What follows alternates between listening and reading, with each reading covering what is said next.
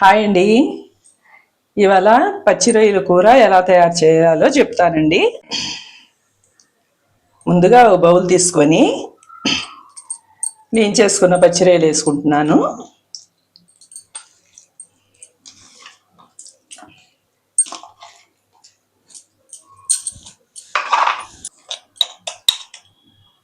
తగినంత ఉప్పు,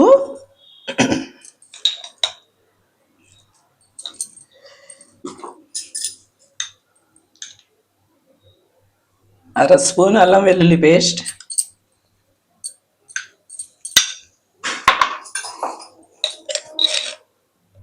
కారం ఒక స్పూన్నర,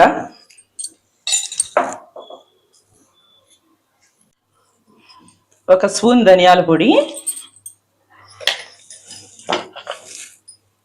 ఇవన్నీ మిక్స్ చేసుకోవాలండి. కొద్దిగా పసుపు,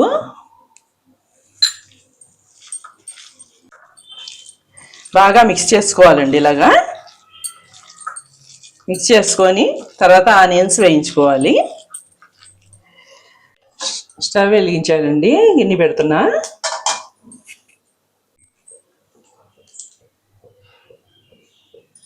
వేడెక్కిందండి.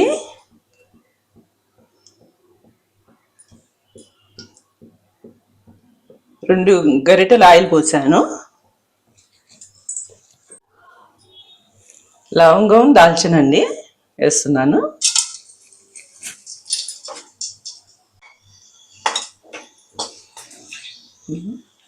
ఆనియన్స్ అండి రెండు పెద్దవి ముక్కలు కోసేస్తున్నా. ఇలా హైలో పెట్టి వేయించుకుంటూ ఉండాలండి.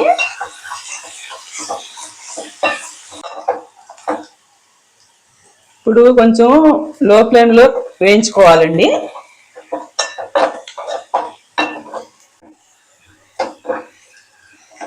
ఈ కలర్ వచ్చే వరకు వేయించుకోవాలండి. ముక్కలు, టమాటా ముక్కలు, కొత్తిమీర,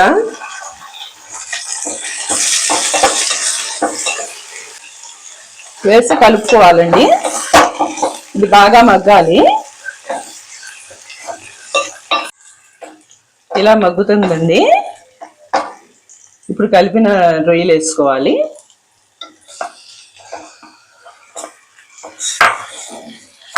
వేసి కలుపుకోవాలి. ఇలా కలుపుకుంటూ ఉంటే కొంచెం నీళ్ళు వదులుద్దండి. అది కొంచెం ఎగిరాక వాటర్ వేసుకోవాలి. ఈ విధంగా వచ్చాక 3/4 గ్లాసు వాటర్ పోయాలండి. ఇప్పుడు కొత్తిమీర వేసి మూత పెట్టి 5 నిమిషాలు హై ఫ్లేమ్లో పెట్టి ఉడికించుకోవాలండి. ఇప్పుడు మూత పెడుతున్నాను. 5 నిమిషాలు ఉడికించుకున్న తర్వాత మీడియంలో పెట్టుకోవాలండి. మూత తీసాక ఇలా ఉంటుందండి. మీడియం ఫ్లేమ్లో పెట్టి ఎగరబెట్టుకోవాలండి. కర్రీ ఇలా ఉంటుందండి. కొత్తిమీర వేసి ఇంకా దించేసుకోవడమేనండి.